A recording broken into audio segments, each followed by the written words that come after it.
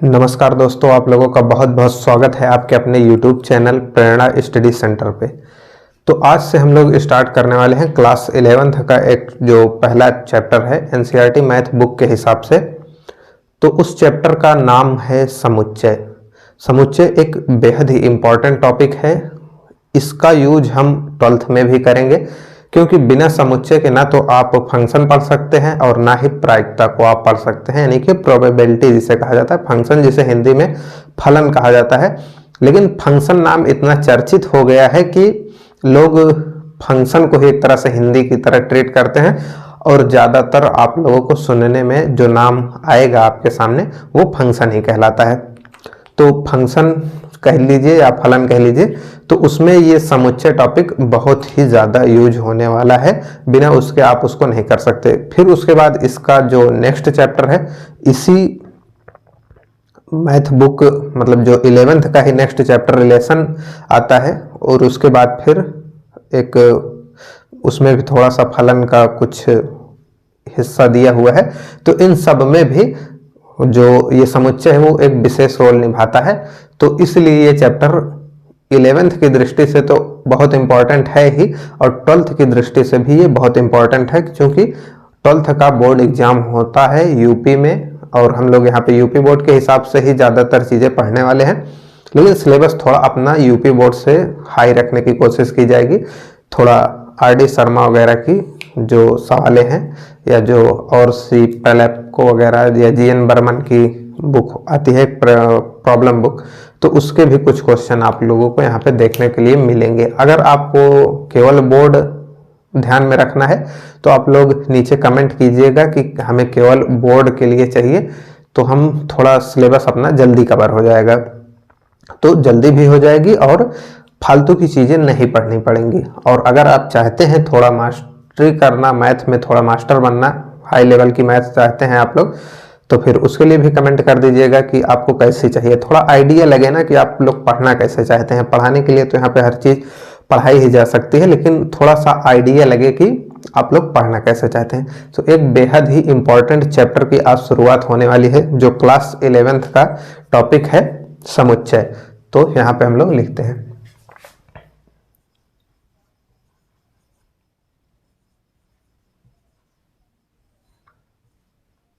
इसे अंग्रेजी में सेट भी कहा जाता है।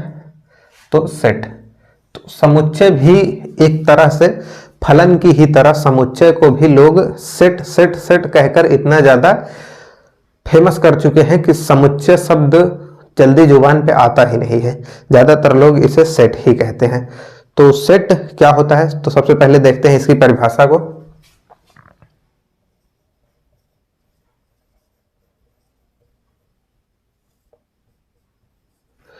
तो जब इसकी परिभाषा की बात होती है तो सुपरिभाषित वस्तुएं, इसमें एक टर्म आता है सुपरिभाषित वस्तुएं। हालांकि पहले इसको लिख ही देते हैं हम लोग। तो इसकी जो परिभाषा है वो क्या है कि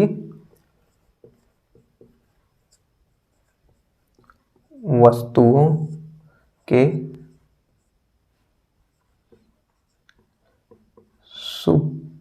सुपरिभाषित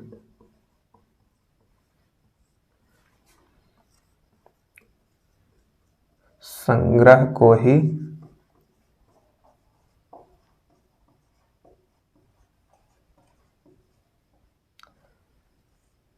समुच्चय कहा जाता है।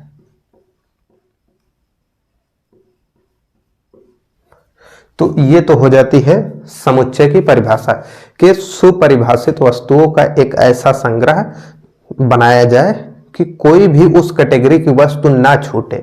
सुपरिभाषित का अर्थ यही होता है कि जिस आप दुनिया के किसी भी व्यक्ति को उठाइए और अपने पास बुलाइए, या आप उसके पास खुद चले जाइए, तो आप उससे जाकर किसी वस्तु के बारे में पूछिए, तो कोई भी आदमी हो, कैसा भी हो, पागल दिवालिया कुछ नहीं, पागल दिवालिया से मत पूछेगा, ठीक ठाक माइंड होना चाहिए।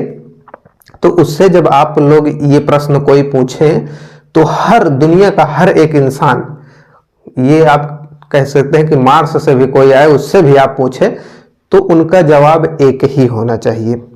तब वो कहलाती है वस्तुएं सुपरिभाषित।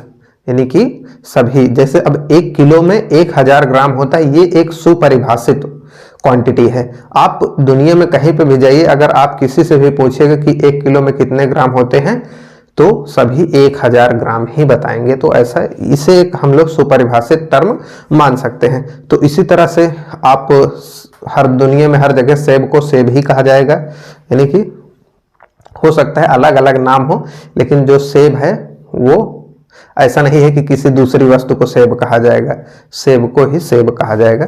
तो ये थोड़ा सा है, मतलब उतना ज़्यादा अच्छा उदाहरण नहीं है, लेकिन सुपरिभाषित वस्तुओं को समझने का एक तरीका है कि आप किसी भी व्यक्ति से पूछिए, वो मतलब जवाब सभी का एक ही होना चाहिए, तब वो सुपरिभाषित वस्तुएं होती हैं। जैसे कि अब आ जाते हैं, थोड़ा व्यवहारिक ज्ञान को बगल में रखते हैं और थोड़ा मैथ के ज्ञान पे आते हैं। तो जैसे मैथ में अगर पूछ ले आपकी, हमें स्टार्टिंग की 5 प्राकृतिक संख्याएं बताइए, तो सभी का जवाब यही होगा 1 2 3 4 5, 1 2 3 4 5, यही जवाब सबका होने वाला है। दुनिया के किसी भी कोने में जाइए, आप पूछ लीजिए मैथ की 5 शुरुआती प्राकृतिक संख्याओं का नाम बताइए, तो सभी का यही जवाब होगा 1 2 3 4 5। आप इंग्लिश लैंग्वेज जानने वाले से किसी भी पूछ लीजिए कि इंग्लिश लैंग्वेज में वावेल कितने होते हैं, सभी यही बताएंगे 5, A E I O U। Hindi वाले से पूछ लीजिए आप लोग स्वर में कौन कौन से हैं, तो छोटा बड़ा, छोटी बड़ी, छोटा बड़ा, री, ए आई ओ औ, अन, आहा, यही स्वर में बताएंगे। वो अलग टॉपिक है, हिंदी का टॉपिक हो जाता है कि अन और आहा जो होते हैं वो आयोग वाह होते हैं। तो ये हिंदी का टॉपिक है, हमसे इससे लेने देना है नहीं, स्वर में हम लोग इतना ही कंसिडर करते हैं। तो ये चीजें हो जाती हैं एक सुपरिभाषित चीजें। तो उम्मीद करते हैं आपको इसमें जो सुपरिभाषित टर्म यूज हुआ है वो अच्छे से समझ में आ गया होगा। तो अब कुछ समुच्चय से रिलेटेड जो इसकी परिभाषा भी हम लोगों ने लिखी, तो समुच्चय को पहचानने के लिए ये एक वाकई में कंप्लीट समुच्चय है या इसे समुच्चय हम कह सकते हैं कि नहीं कह सकते हैं, तो इस टर्म को जानने के लिए कुछ पॉइंट्स होते हैं। तो आइए पहले उन पॉइंट पे बात कर ली जाए। तो जो समुच्चय में पहले आता है, तो देखिए समुच्चय में जो चीजें यूज होते हैं, जैसे कि अभी अभी हमने बताया कि प्राकृतिक संख्याएं 5 लिखनी थी स्टार्टिंग की, तो 1 2 3 4 5 लिखा हमने। तो इसमें जो 1 था ये इसका समुच्चय का एक अवयव कहा जाएगा, जो 2 था वो भी समुच्चय का एक अवयव कहा जाएगा, 3 समुच्चय का अवयव, 4 समुच्चय का अवयव, 5, यानी कि इस समुच्चय में टोटल 5 एलिमेंट हैं। इंग्लिश में एलिमेंट, हिंदी में अवयव कहा जाएगा या उसी का एक भाग कहा जाएगा। तो किन किन नामों से हम लोग इसको पुकार सकते हैं यहाँ पे लिख दे रहे हैं।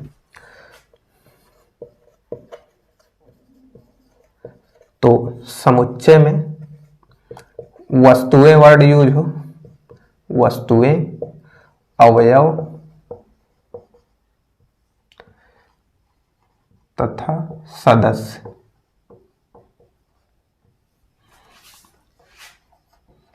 आदि सभी पर्यायवाची हैं।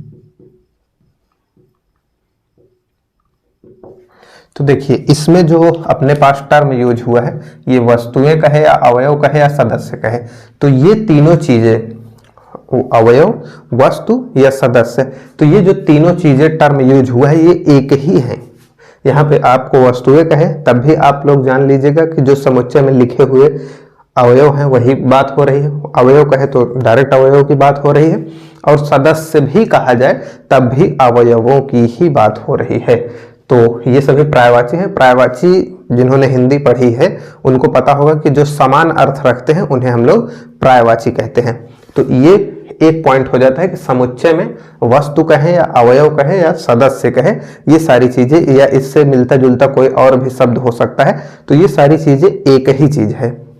इसमें कंफ्यूज होने की बात नहीं है कि अगर अवयव शब्द नहीं यूज किया, वस्तुएं दे दिया, तब हम क्या करेंगे, तो इसके लिए टेंशन नहीं लेनी है। तो आइए फिर दूसरी की पॉइंट देखते हैं। तो दूसरी पॉइंट क्या कहती है, समुच्चय को लिखा कैसे जाता है। तो दूसरी पॉइंट में हम लोग यही लिखते हैं कि समुच्चय को, सदैव शब्द लिखना उतना उचित नहीं होगा क्योंकि हम लोग दूसरे से भी, समुच्चय को प्रायः लिखना उचित होगा कि समुच्चय को हम लोग जो प्रायः अंग्रेजी वर्णमाला के, अंग्रेजी वर्णमाला के बड़े अक्षर, जैसे कि कौन कौन से बड़े अक्षर, तो यहां पे लिख देते हैं जैसे में, तो जैसे में लिख लीजिए ए बी सी, ऐसे ही पूरे जेड तक। तो इस तरह के जो अक्षर होते हैं, तो हम लोग समुच्चय को प्रायः अंग्रेजी के वर्णमाला के बड़े अक्षर से दर्शाते हैं,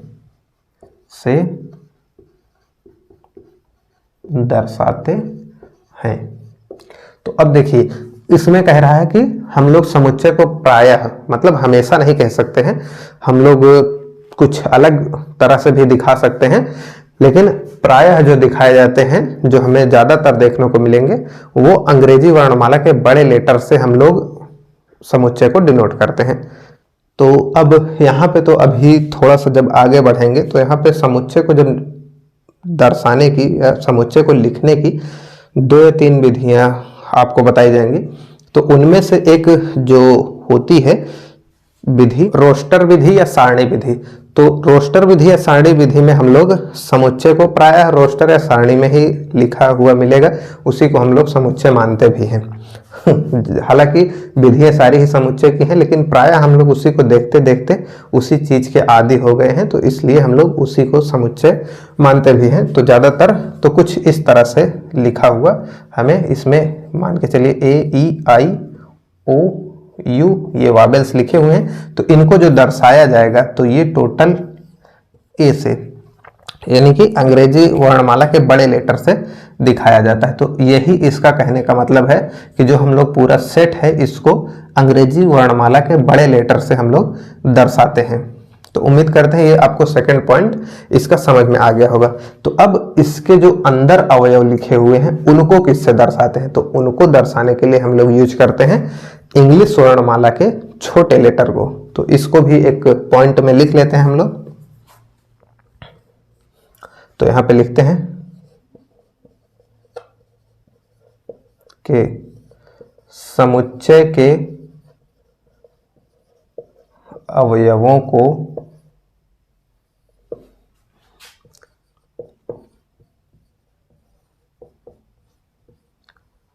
दर्शाने के लिए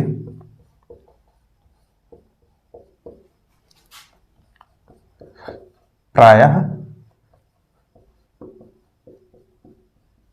अंग्रेजी वर्णमाला के छोटे अक्षर,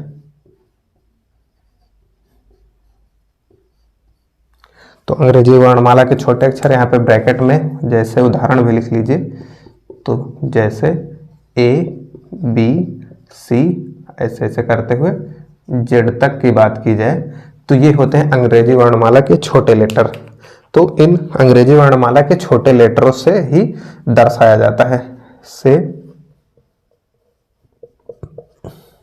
दर्शाते हैं। तो समुच्चय के अवयवों को दर्शाने का जो तरीका है वो अंग्रेजी वर्णमाला के छोटे लेटर्स हैं। तो छोटे लेटर्स को ही हम लोग अवयवों के रूप में दर्शा देते हैं। तो इतनी सी बात। अब जैसे यहाँ पे देखिए, तो यहाँ पे लिखने को तो हम लोग यहाँ पे बड़े लेटर का भी यूज कर सकते थे, लेकिन जबकि ऐसा नियम कहता है अपना कि प्रायः छोटे लेटर का यूज करते हैं, तो इसलिए यहाँ पे भी छोटे लेटर्स का यूज किया गया है। तो उम्मीद करते हैं ये 3 पॉइंट यहाँ पे परिभाषा आप लोगों को समझ में आ ही गई होगी। और उसके बाद ये जो वस्तुएं, अवयव, सदस्य, ये तीनों एक ही टर्म होते हैं। उसके बाद फिर बात की जाती थी समुच्चय को दर्शाने की। तो समुच्चय को प्रायः जो पूरा सेट था उसको पूरा जो एक नाम दिया जाता था वो अंग्रेजी वर्णमाला का बड़े लेटर में दिया जाता था। उसके बाद समुच्चय के अवयवों को दर्शाने की बात की जाए तो वो अंग्रेजी वर्णमाला के छोटे लेटर से दर्शाया जाता था। तो उम्मीद करते हैं कि यहाँ तक की बात आपको एकदम क्लियर हो गई होगी। तो अब आइए बढ़ते हैं अगले पॉइंट पे। तो इस तरह से 3 पॉइंटों पे बात हो चुकी है। तो चौथा पॉइंट हम लोग देखते हैं कुछ इस तरह से। तो अपना चौथा पॉइंट क्या कहता है, तो चौथे पॉइंट में यही कहा जाता है सिंपली कि जो समुच्चय के अवयव हैं वो भिन्न भिन्न होने चाहिए। तो यहाँ पे हम लोग लिख देते हैं उसी बात को कि किसी भी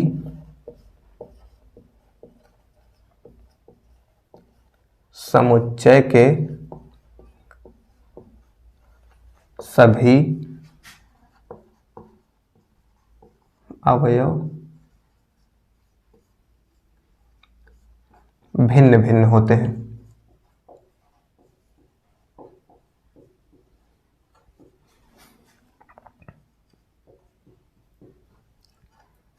अर्थात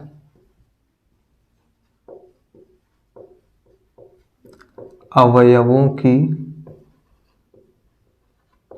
पुनरावृत्ति नहीं हो सकती।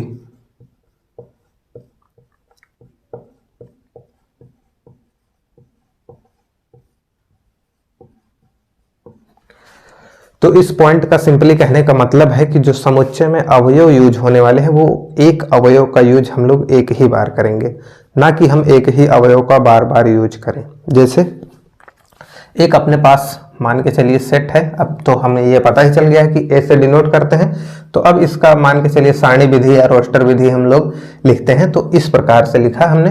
अब यहाँ पे हम लोग वही उदाहरण ले लेते हैं अंग्रेजी वर्णमाला के वावेल्स का।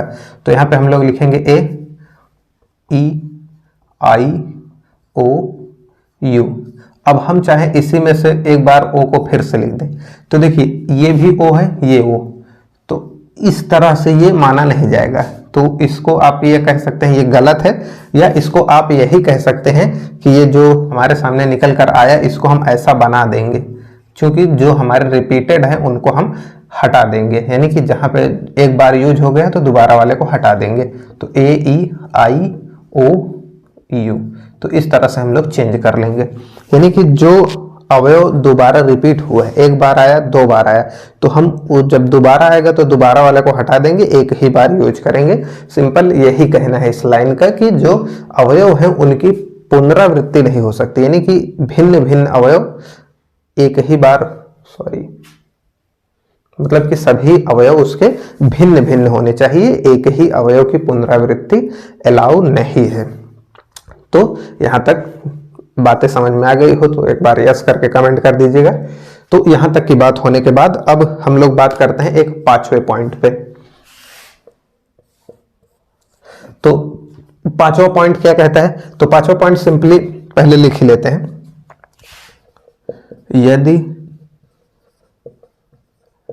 अवयवों का क्रम, यानी कि यदि अवयव, ऐसा लिखिए, यदि समुच्चय के अवयव, नहीं तो भूल जाएंगे किसका अवयव है। यदि समुच्चय के अवयवों का क्रम बदल दिया जाए तब वह एक नया समुच्चय नहीं कहलाएगा, एक दूसरा समुच्चय नहीं कहलाएगा।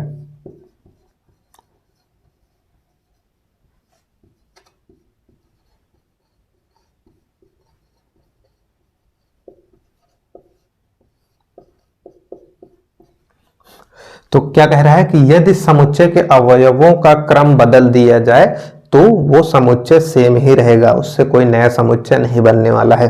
जैसे देखिए यही उदाहरण ले लेते हैं हम लोग। तो अपने पास एक समुच्चय है ए,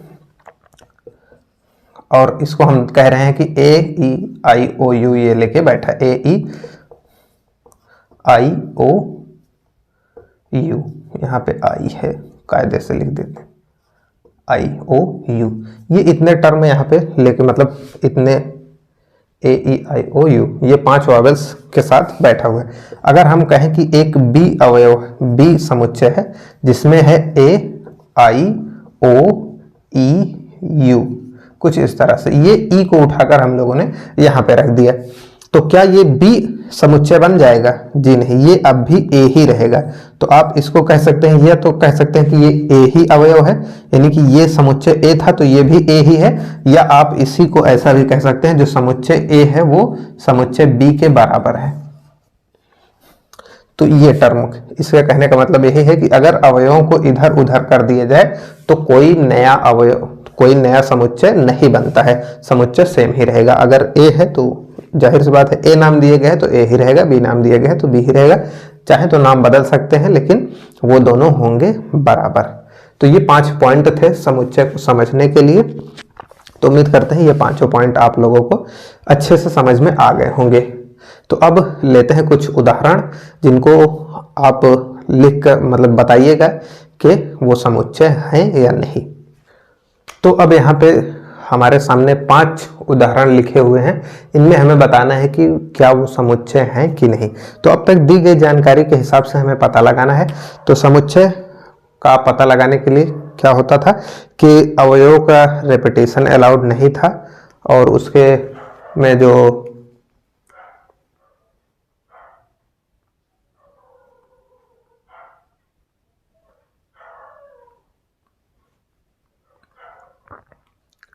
तो अब तक प्राप्त जानकारी में क्या था कि जो समुच्चय में अवयव हैं उनका रेपिटेशन अलाउ नहीं था, मतलब हम उनको अवयवों को रिपीट नहीं कर सकते थे।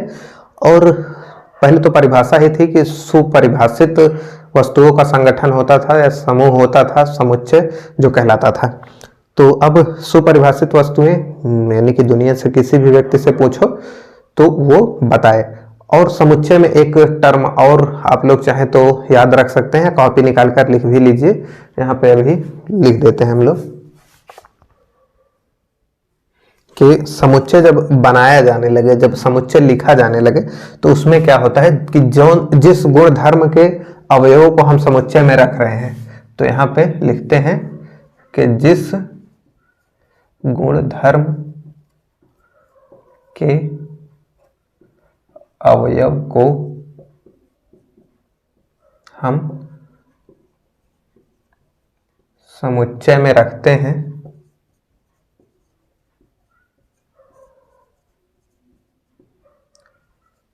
उस गुणधर्म का कोई अवयव छूटना नहीं चाहिए, कोई अवयव छूटना नहीं चाहिए।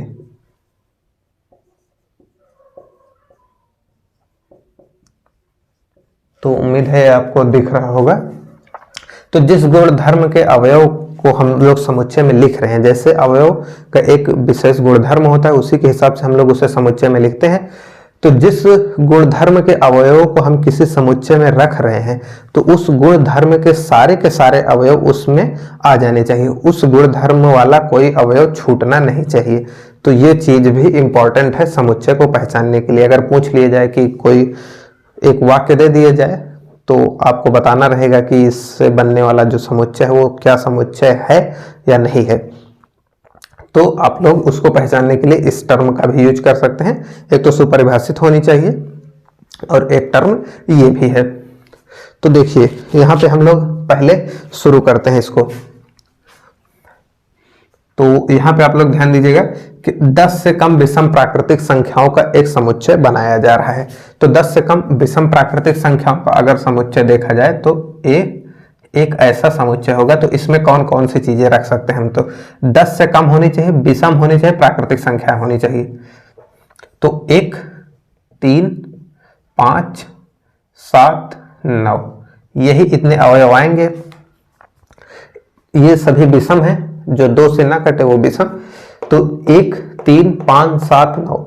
अब आप सोचिए कि इन संख्याओं को छोड़कर क्या दुनिया में कोई ऐसी संख्या एग्जिस्ट करती है या दुनिया में कोई संख्या ऐसी मान्यता उसे मिली है कि अब आप लोग साइंटिस्ट हैं, आप लोग कोई ना कोई संख्या निकाल भी सकते हैं, लेकिन यहाँ पे बात यह है कि उसे साइंटिफिकली प्रूफ किया गया हो, यानी कि साइंटिस्ट द्वारा मान्यता मिली हो।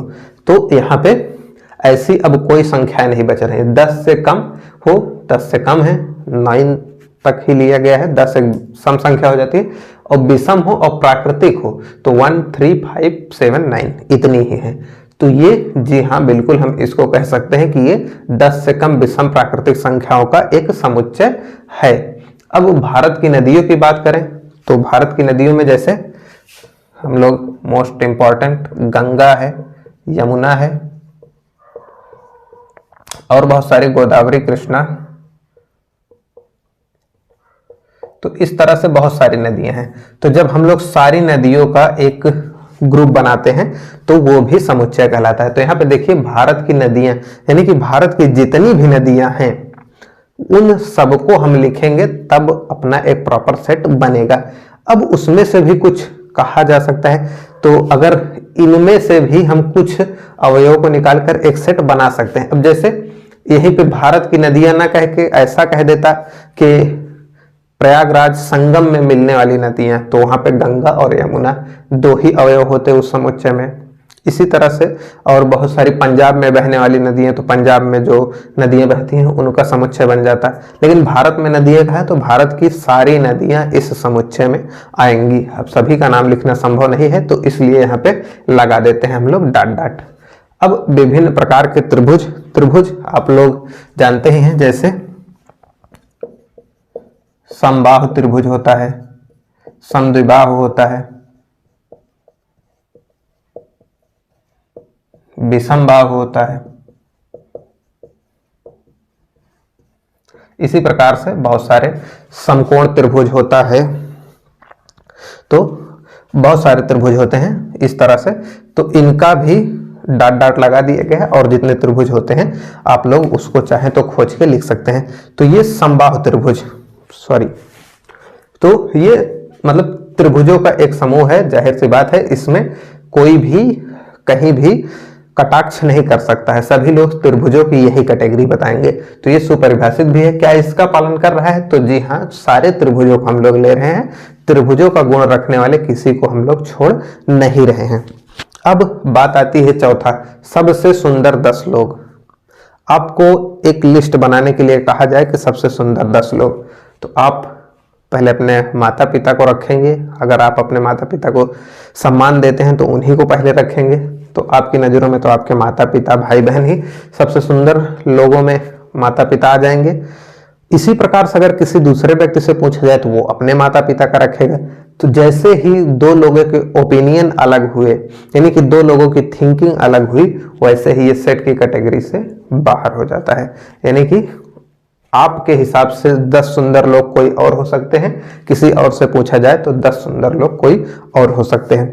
अब आपने यहाँ पे 10 सुंदर लोगों का नाम लिख दिया। क्या दुनिया में 10 ही सुंदर लोग थे? हैं तो बहुत सारे। तो आपकी नज़रों में नहीं है लेकिन किसी की नज़रों में तो सुंदर हैं ही, तो ये बाहर हो जाता है। अब 5 धनात्मक संख्याएं आपको लिखने के लिए कहा जाए तो आप ऐसे उठाएंगे पेन, यहाँ से लिखना शुरू करेंगे 1 2 3 4 5। किसी दूसरे बच्चे से पूछा जाए वो कहेगा नहीं, हम 1 को लेंगे ही नहीं, हम 2 से लिखना शुरू करेंगे 2 3 4 5 6। लीजिए, किसी और महाशय से पूछा जाए वो कहेंगे नहीं, हम इन सबसे नहीं, हम 100 के ऊपर से शुरू करेंगे, 101 102 103 104 105 ऐसा लिखेंगे हम।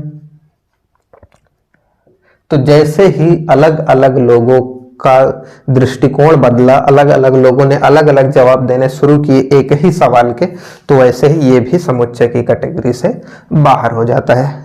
तो उम्मीद करते हैं इन 5 उदाहरणों से आपको समुच्चय का काफी नॉलेज हो गया होगा, आप समुच्चय को पहचान सकते हैं। तो अब बारी आती है कुछ चिन्ह हैं, चिन्हों को जानने की। उसके बाद फिर हम लोग देखेंगे कि कैसे समुच्चय को लिखा जाए। तो उसके बाद समुच्चय को लिखने की कुछ विधियां हैं, हम लोग उन पे बात करेंगे। तो आइए पहले देखते हैं अब जो चिन्ह, 1-2 चिन्ह यूज होने वाले हैं इसमें, उन चिन्हों का मतलब क्या होता है, उन्हें पढ़ा कैसे जाता है। तो अब समुच्चय में एक चिन्ह यूज होता है जिससे हम लोग एप्सिलॉन बोलते हैं।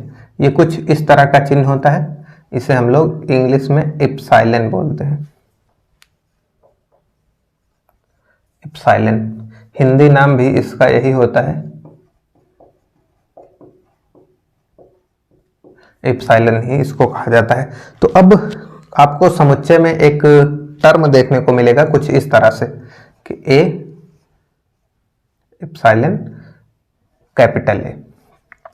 तो इसको पढ़ने के यहाँ पे 2-3 तरीके हो सकते हैं।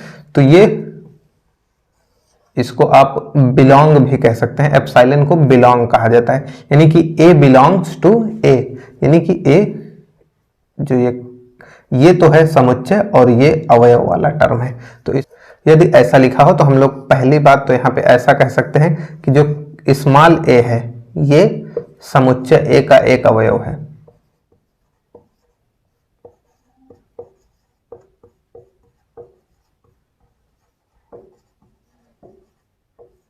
यानी कि एक कोई मान के चलिए एक समुच्चय ले लीजिए यहाँ पे ए, तो इसमें ए एक टर्म है, यानी कि कुछ ऐसा एक समुच्चय है उसमें ए जो है उसका एक अवयव है, एक एलिमेंट है। तो इसको हम लोग ऐसा दर्शा सकते हैं, अगर ए में जो ये ए समुच्चय है उसमें एक अवयव ए है तो उसको हम ऐसा कह सकते हैं कि जो ए है वो समुच्चय ए का एक अवयव है, यानी कि इस तरह से डिनोट कर सकते हैं, इस तरह से डिनोट किया गया है। तो उसका मतलब यही होता है कि ए जो है वो समुच्चय ए का एक अवयव है। इसी को एक दूसरी लैंग्वेज में भी लिख सकते हैं, जो ए है वो समुच्चय ए में है।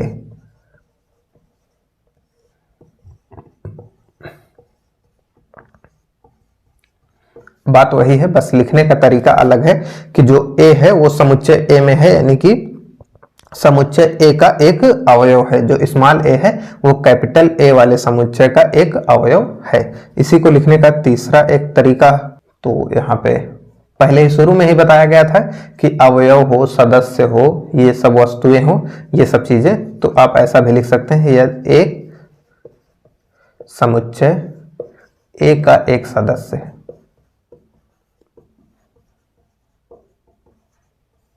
या ए समुच्चय ए की एक वस्तु है, ऐसा भी आप लोग लिख सकते हैं। तो अगर जहां पे आपको दिखे A epsilon not, oh sorry epsilon A, यानी कि ए जो है वो जो समुच्चय है, जो सेट है वो पीछे लिखा जाएगा, अवयव आगे लिखा जाएगा, यानी कि अवयव ए में है, यानी कि ए जो स्मॉल ए है वो कैपिटल ए का एक अवयव है। तो उसको कुछ इस तरह से लैंग्वेज में हम लोग पढ़ते हैं कि ए जो है वो समुच्चय ए का एक अवयव है, या ए समुच्चय ए में है, या ए समुच्चय ए का एक सदस्य है। यहाँ पे है लिख लीजिएगा।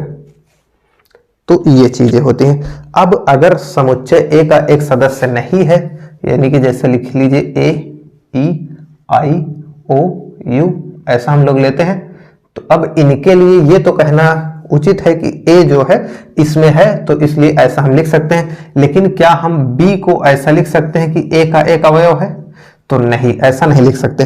तो ऐसा ना लिखने मतलब ऐसा जब नहीं लिख सकते हैं तो हम लोग इसी एप्सिलॉन को यहाँ बीच से ऐसे काट देते हैं, तो इसे हम लोग बोलते हैं कि ये इसका एक अवयव नहीं है, यानी कि इसको हम लोग लैंग्वेज में लिखते हैं तो बी समुच्चय ए का एक अवयव नहीं है।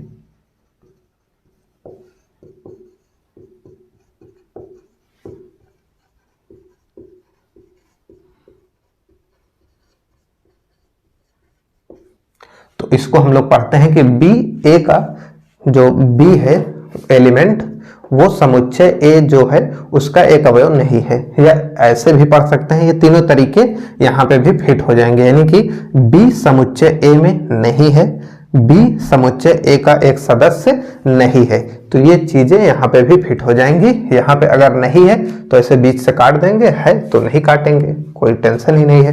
तो उम्मीद करते हैं यहाँ तक की बातें आप लोगों को बिल्कुल अच्छे से समझ में आ गई होंगी। तो इतनी बातें हो जाने के बाद अब बारी आती है कि समुच्चय को लिखने की कुछ विधियां होती हैं, यानी कि समुच्चय को हम लोग कॉपी पे कैसे लिखते हैं उसकी कुछ विधियां होती हैं।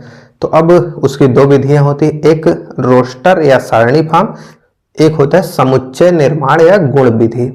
तो उसमें गुणों का बहुत ही ज्यादा, यानी कि वो अवयव कैसे गुण धर्म रखते हैं इनकी परख आपको होनी बहुत ही इंपॉर्टेंट है। तो आइए फिर बारी बारी से पहले इस पे चर्चा की जाए, जो अपनी पहली विधि है। तो यहाँ पे हम लोग हेडिंग डाल देते हैं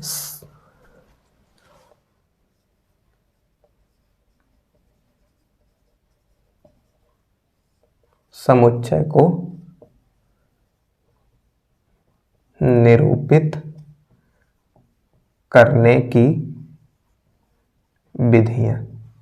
तो समुच्चय को निरूपित करने की अपने पास दो विधियां हैं। तो पहली जो विधि है उसे हम लोग नाम देते हैं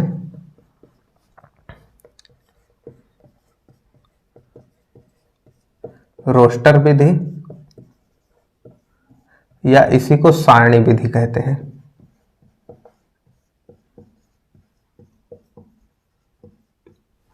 और दूसरी जो आती है अपनी दूसरी समुच्चय निर्माण विधि। समुच्चय निर्माण विधि या इसी को गुण विधि भी कहते हैं या गुण विधि।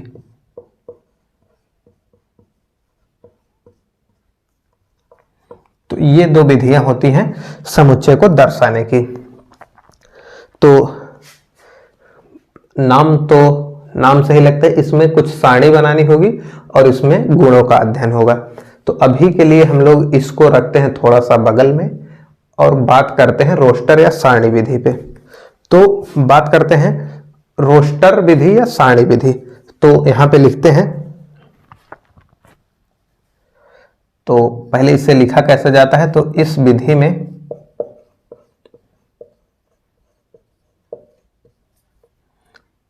में समुच्चय के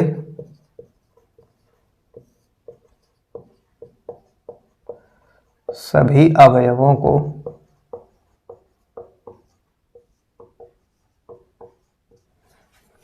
सूचीबद्ध किया जाता है, सूचीबद्ध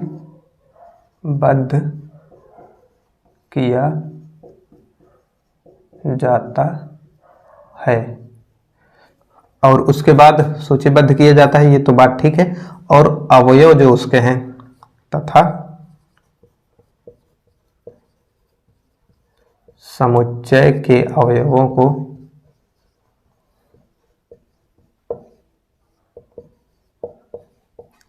समुच्चय के जो अवयव हैं उन्हें अर्ध विराम चिन्ह,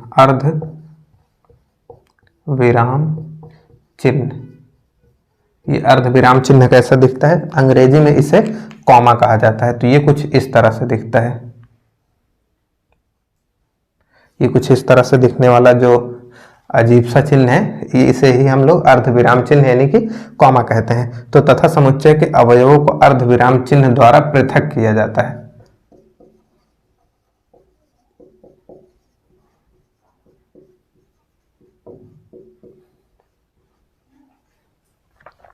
तो इस विधि में समुच्चय के सभी अवयवों को पहले तो सूचीबद्ध किया जाएगा, यानी कि उस गुणधर्म के जितने अवयव हैं पहले उन्हें इकट्ठा कर लिया जाएगा और उन्हें लिख दिया जाएगा। फिर उन सभी अवयवों को जो कॉमा है उसके द्वारा पृथक कर लिया जाएगा। उसके बाद फिर क्या किया जाता है, फिर सभी को मझले कोष्ठक में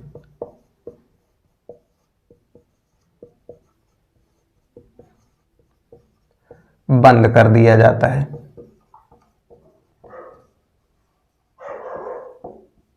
बंद कर दिया जाता है। तो यहां पे लेते हैं हम लोग पहले एक उदाहरण। तो उदाहरण में जैसे हम लोग ले लेते हैं वावेल्स को इंग्लिश के, तो हम लोग पहले उनकी सारणी बनाते हैं। तो हमें इंग्लिश के वावेल्स लेने हैं, तो हम लोग पहले सारणी बनाएंगे ए, ई, आई, ओ, यू। तो इन्हें पहले सारणीबद्ध कर लिया गया, सूचीबद्ध कर लिया गया। अब उसके बाद कहा था इसमें बीच में इन्वर्टेड कामा का यूज करना है हमें, सॉरी इन्वर्टेड कामा गलत होगा, कॉमा का यूज करना है हमें। तो यहाँ पे बीच में हम लोग कामा लगा देते हैं सभी के। तो ये सभी कामा से सभी अवयवों को पृथक कर दिया गया। अब उसके बाद फाइनली कहा था कि इनको हमें मझले कोष्ठक में बंद कर देना है। तो कुछ इस तरह से हम लोग इसको मझले कोष्ठक में बंद कर देते हैं। तो यही विधि हो जाती है रोस्टर विधि या सारणी विधि। अमूमन हम लोग इसी को समुच्चय के रूप में कंसीडर कर रहे हैं। तो इसकी एक और विधि होती है, वो भी समुच्चय है, आप लोग इसको ध्यान रखिएगा, इसी को केवल समुच्चय मत मानिएगा। इसी प्रकार से आप लोग स्टार्टिंग के 5 प्राकृतिक संख्याएं ले सकते हैं। तो 5 शुरुआती प्राकृतिक संख्याएं लेनी है। तो पहले 1, 2, 3, 4, 5, ये 5 प्राकृतिक संख्याएं हो गई। इनको सूचीबद्ध हम लोगों ने कर लिया। अब उसके बाद बीच में कॉमा लगाएंगे हम लोग, तो बीच में ये कॉमा हो गया। और उसके बाद फाइनली इन्हें हम लोग एक इन्वर्टेड कामा में बंद कर देते हैं। तो अब ये कहलाने के लायक हो गए हैं कि ये एक समुच्चय है। तो हम लोग इनको नाम दे सकते हैं कि ये एक समुच्चय ऐसा है, एक समुच्चय ऐसा है। तो इस तरह से दिखाने की विधि को ही कहा जाता है रोस्टर विधि या सारणी विधि। तो ये तो थी समुच्चय को निरूपित करने की पहली विधि। अब दूसरी विधि आती है गुण विधि, या उसी को कहा जाता है समुच्चय निर्माण विधि। तो अब ये समुच्चय निर्माण विधि या गुण विधि ये थोड़ा इससे लंबा है, तो आज की वीडियो में इतना ही रखने के लिए सोच रहे हैं हम लोग। तो नेक्स्ट हम लोग यहीं से कंटिन्यू नेक्स्ट वीडियो में करने वाले हैं। जो लेक्चर नंबर 2 आएगा अपना, वो यहाँ से इसके आगे, यानी कि जो इसकी दूसरी विधि होगी रोस्टर विधि की, उसकी दूसरी विधि से हम लोग, यानी कि समुच्चय निर्माण विधि जिसे कहते हैं या गुण विधि जिसे कहते हैं, वहां से स्टार्टिंग होगी इसकी। तो इस वीडियो में इतना ही रखा जाता है। आप लोग इसकी प्रॉपर नोट्स बनाते चलिएगा तो अच्छा ही रहेगा। बाकी टेलीग्राम चैनल है प्रेरणा स्टडी सेंटर नाम से ही, जो लोगो यहाँ पे लगा हुआ है वही लोगो जो टेलीग्राम चैनल है उस पर भी लगा हुआ है। उसकी लिंक आपको डिस्क्रिप्शन में मिल जाएगी, या फिर आप लोग जाके डायरेक्ट टेलीग्राम चैनल को, पहले तो टेलीग्राम आपको डाउनलोड करना होगा। तो जैसे टेलीग्राम आप लोग डाउनलोड करेंगे तो वहाँ पे अपना आईडी वगैरह बना लीजिएगा। अगर नहीं बना पाते हैं तो यूट्यूब पे सर्च कर लीजिएगा कैसे बनाया जाता है टेलीग्राम पे अपनी आईडी। तो वहाँ पे बनाने के बाद आपको कोने में एक ऐसा कुछ लेंस टाइप का दिखेगा, तो यहाँ पे जब आप क्लिक करेंगे तो एक सर्च का आइकन आएगा। तो यहाँ पे आपको लिखना होगा प्रेरणा स्टडी सेंटर।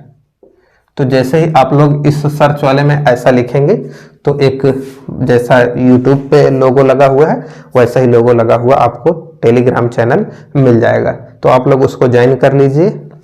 जितनी चीज़ें यहाँ पे पढ़ाई जाती हैं इनका सभी का पीडीएफ फॉर्मेट में या फोटो के रूप में ही चैप्टर वाइज जितने भी नोट्स हैं वो आपको दिए जाएंगे। तो आप लोग एक्स्ट्रा नोट बनाने का आपके ऊपर से बोझ खत्म हो जाएगा, क्योंकि स्कूलों में आप बनाते हैं, कोचिंग में भी बनाते हैं, अगर ऑनलाइन कहीं पढ़ रहे हैं उसका भी बनाने लगेंगे तो फिर हो गया, नोट्स ही बनाते रह जाएंगे। तो नोट्स मत बनाइए। जितना टाइम आप नोट्स बनाने में दे रहे हैं उतने टाइम में आप इसको 3 बार रिवीजन कर सकते हैं। तो आप लोग इसको 3 बार रिवीजन कीजिए, वो आपके लिए ज़्यादा बेनिफिट होगा। तो यहाँ से आपको टेलीग्राम चैनल पे इसका जो है कि एक पीडीएफ मिल जाएगा। जैसे समुच्चय पूरा खत्म होगा, आप लोग टेंशन मत लीजिएगा, समुच्चय पूरा खत्म होते ही आपको इस पूरे समुच्चय की एक सिंगल पीडीएफ मिल जाएगी जिसमें पूरी थ्योरी लिखी होगी ऐसे एग्जाम्पल के साथ। सवालें जो सॉल्व कराई जाती हैं आप लोग उनको चाहे तो सॉल्व कीजिए या फिर उतार लीजिए कहीं, हो सकता है सवालें भी पीडीएफ में हम लोग डालने की कोशिश करेंगे। तो अगर वो रहती हैं तो ठीक है, नहीं रहती हैं तो आप लोग उसको कर लीजिएगा। तो इस वीडियो में इतना ही रखा जाता है। मिलते हैं नेक्स्ट वीडियो में, तब तक के लिए जय हिंद।